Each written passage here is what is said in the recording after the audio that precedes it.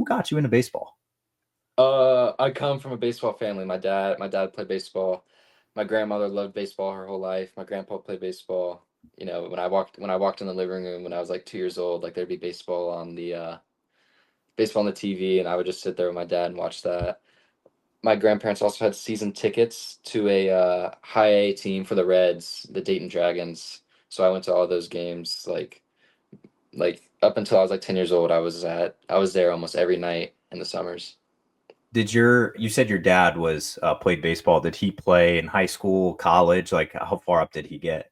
He pitched in high school, but like baseball is like it's one of his passions. Like he loves it. Okay, so it's kind of like that second. You kind of had another coach at home, or Yeah, was he your coach? yeah. Yeah. I mean, he kind of like fell in love with like hitting. So he's a pitcher, but like he's like a hitting guru. Like he studies hitting. He still does, like even now. But he just fell in love with it. Like he loves like the background of it. So he was kind of like my hitting coach growing up, and Okay. up until like I was in high school. Yeah, so I feel like if you did have a bad game, maybe the drive home, you're just like, maybe just wait, give me like 30 minutes, and then you can coach me, I guess. But That's one thing actually one thing I loved about my dad is that he would never get on me after a game. Like he oh, knew like okay. he knew like I knew like I knew that like stuff had to get better. That's one thing that I really enjoyed about that. Yeah, he was. I guess he was smart. He's like, yeah, he knew he made 3 errors in the field today. I don't got Right. to tell him that, right? Like he already hates himself for it. But Yeah, yeah.